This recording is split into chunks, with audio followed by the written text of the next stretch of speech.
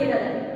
അതായത് seniors juniors എന്ന പദവിയിൽ നിന്നുകൊണ്ട് ജൂനിയേഴ്സിനെ കൊണ്ട് അസൈൻമെന്റ് ചെയ്യിപ്പിക്കുക, പ്രൊജക്റ്റുകൾ എടുപ്പിക്കുക, അവരുടെ ആവശ്യമായ സാധനങ്ങൾ മേടിപ്പിക്കുക, ഇവയെല്ലാം റാഗിങ്ങിൽ പെടുന്ന ഒന്നാണ്.